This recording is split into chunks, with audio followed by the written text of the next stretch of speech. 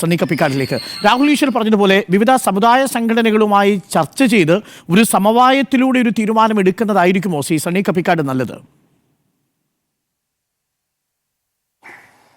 അല്ല, ഇതിനകത്ത് അവരുമായി ചർച്ച ചെയ്യുന്നതിൽ തെറ്റൊന്നും പറയാൻ പറ്റില്ല. കാരണം നമ്മുടേതൊരു ജനാധിപത്യ ഗവൺമെൻറ്റാണ്, ജനാധിപത്യ സമൂഹമാണ്.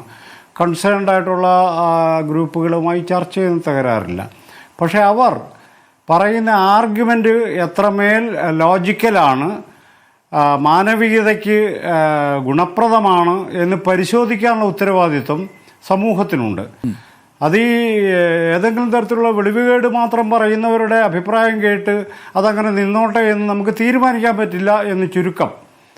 2, ഇത് മേൽവസ്ത്രം അഴിക്കണോ വേണ്ടയോ എന്നതിൻ്റെ മാത്രം ഒരു പ്രശ്നമായി നമ്മൾ ചുരുക്കി കാണേണ്ടതില്ല. കാരണം എന്താണെന്ന് ചോദിച്ചാൽ, ഈ ആചാര അനുഷ്ഠാനങ്ങളെ സംബന്ധിച്ച് ഇപ്പോൾ രാഹുൽ തന്നെ പറയുന്നൊരു കാര്യം, പുരുഷന്മാരുടെ നെഞ്ചിലും സ്ത്രീകളുടെ നെറ്റിയിലുമാണ് എനർജി കോൺസെൻട്രേറ്റ് ചെയ്യുന്ന സ്ഥലം, അതുകൊണ്ട് പുരുഷന്മാർ വസ്ത്രമഴിക്കണം എന്നാണ് പറയുന്നത്. ഒരുപക്ഷെ അവരിപ്പോൾ പറയുന്നൊരു വ്യാഖ്യാനം മാത്രമാണത്. 1924 മുമ്പ് പിന്നെ എന്തിനാണ് സ്ത്രീകളുടെ ബ്ലൗസ് ഊരിച്ചത് എന്നൊരു ചോദ്യമില്ലേ? അന്നേരം ഇവരുടെ കോൺസെൻട്രേഷൻ ഇവിടെ നെറ്റിയിലല്ലായിരുന്നോ, മാറില്ലായിരുന്നോ? ഇത് പറയണമെന്നേ, ഇത് വളരെ വ്യക്തമായും പറയാൻ ബാധ്യസ്ഥതയുണ്ട്. രണ്ടാമതൊരു കാര്യം, കേരളത്തിൽ പ്രശ്നവിധി പ്രകാരം റോപ്പ് വേ ഉണ്ടാക്കാൻ അയ്യപ്പന് സമ്മതമാണെന്ന് ശബരിമല കാലത്ത് പറയുന്നുണ്ട്. ഇത് ആര് ചോദിച്ചിട്ട്, ആരോട് ചോദിച്ചിട്ട്? ഇത് നമ്മൾ വിശ്വസിച്ചോണോ? ഇതെന്താ ഈ പറയുന്നത്? നമ്മളൊരു ലോജിക്കൽ യുക്തിഭദ്രമായി ജീവിക്കുന്നൊരു സമൂഹമല്ലേ?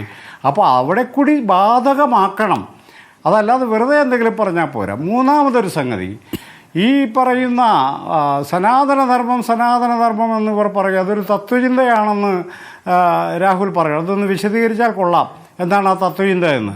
ഞാൻ നിങ്ങളോട് പറയാൻ ആഗ്രഹിക്കുന്നൊരു കാര്യം, മനുഷ്യർ ജന്മനാ തുല്യരല്ലെന്ന് വിചാരിക്കുന്ന ചാതുർവർണ്ണീയ സിദ്ധാന്തത്തെയും അതിനടിത്തറയായിരിക്കുന്ന മനുഷ്യസങ്കല്പത്തെ ഉയർത്തിപ്പിടിക്കുന്ന സനാതനധർമ്മത്തെയും ആധുനിക സമൂഹത്തിന് നിരാകരിച്ചേ പറ്റൂ.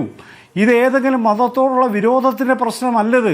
മനുഷ്യർ ജന്മനാ തുല്യരല്ലെന്ന് വിചാരിക്കുന്ന ഒരു സമൂഹത്തിന് ആധുനിക കാലഘട്ടത്തിൽ ജീവിച്ചിരിക്കാൻ യോഗ്യതയില്ല. അതാണ് നമ്മൾ മനസ്സിലാക്കേണ്ട കാര്യം. ഈ എസൻഷ്യൽ പ്രാക്ടീസ് ഓഫ് റിലിജിയൻ എന്ന് അദ്ദേഹം പറയുന്നു. എന്താണ് ഈ എസൻഷ്യൽ പ്രാക്ടീസ്? ബ്രാഹ്മണാധികാരം അൺക്വസ്റ്റ്യനബിളായി തുടരണമെന്നുള്ളതാണ് എസൻഷ്യൽ പ്രാക്ടീസ്. ഇന്നും ഗുരുവായൂർ ക്ഷേത്രത്തിൽ പാചകക്കാരൻ ബ്രാഹ്മണനായിരിക്കുന്നത് ആരോടാണ് ഇത് ഈ പറയുന്നത്? ഈ ആധുനിക സമൂഹത്തെ ബ്രാഹ്മണരുണ്ടാക്കുന്ന ഭക്ഷണം മാത്രമേ ഞങ്ങൾ കഴിക്കുകയുള്ളൂ എന്ന് ആരാ ഈ പറയുന്നത്? ഇതെന്തൊരു ലോകമാണ്? ഇവരൊക്കെ എന്ത് വിചിത്ര ജീവികളാണ്? ഇവരെ യഥാർത്ഥത്തിൽ മനുഷ്യവംശത്തിൻ്റെ ഭാഗമാണോ എന്ന് തന്നെ ചോദിക്കേണ്ടി വരും. അതുകൊണ്ട് ഞാൻ പറയുന്നത്, തന്ത്രി സമാജമാവട്ടെ ബ്രാഹ്മണ സഭയാണ്, അവരൊക്കെ ചർച്ച ചെയ്യുന്നതിനകത്ത് പ്രശ്നമില്ല. പക്ഷേ കാര്യങ്ങൾ പറയുന്നത് യുക്തിഭദ്രമായിരിക്കണം. ശ്രീനാരായണ ഗുരു 44 ക്ഷേത്രങ്ങൾ പണിതിട്ടുണ്ട്. അതുകൊണ്ട് അദ്ദേഹം ഹിന്ദു പാരമ്പര്യത്തിന് വലിയ വക്താവാണെന്ന് വെറുതെ പറഞ്ഞാൽ പോരാ. ആ ക്ഷേത്രത്തിൻ്റെ വെറൈറ്റി ആദ്യം പരിശോധിക്കണം. ഓരോ ക്ഷേത്രവും മാറ്റി മാറ്റി പ്രതിഷ്ഠിച്ചതിൻ്റെ അർത്ഥം മനസ്സിലാക്കണം. ക്ഷേത്രങ്ങളെ സംബന്ധിച്ച് ഗുരു പറഞ്ഞതിനർത്ഥമുണ്ട്. ഈ പറയുന്ന ചാതുർവർണ്ണയമായിരുന്നില്ല, എല്ലാവരും സഹോദരരായി വന്നിരിക്കുന്ന ഒരു സ്ഥലത്തെക്കുറിച്ച് ഭാവന ചെയ്ത ഒരാളാണ് ഗുരു എന്ന് മനസ്സിലാക്കണം. അതായത് ഗുരു ക്ഷേത്രമുണ്ടാക്കി അതുകൊണ്ട് ഹിന്ദു സന്യാസിയാന്ന് പറഞ്ഞ ലളിതയുക്തിയല്ല ഇവിടെ വേണ്ടത്.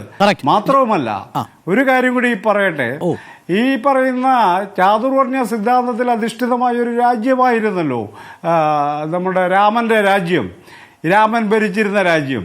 അതിനകത്ത് യഥാർത്ഥത്തിൽ വാൽമീകി രാമായണത്തിൽ പറയുന്നുണ്ടെന്നേ, ഈ ചാതുർവർണ്ണയത്തിലെ 4 വർണ്ണങ്ങളല്ലാതെ വേറെ ഒരു ആളും അവിടെ ജീവിക്കുന്നില്ല എന്ന് ഉറപ്പിച്ച് പറയുന്നുണ്ട്.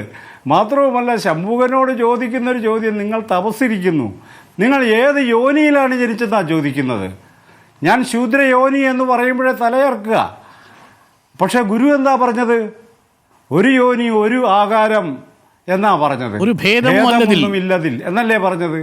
ഇതൊക്കെ തമ്മിലുള്ള താത്വികമായ സൂക്ഷ്മമായ ഫിലോസഫിക്കൽ ഡിഫറൻസ് മനസ്സിലാക്കാതെ വെറുതെ വർത്തമാനം പറയരുത്.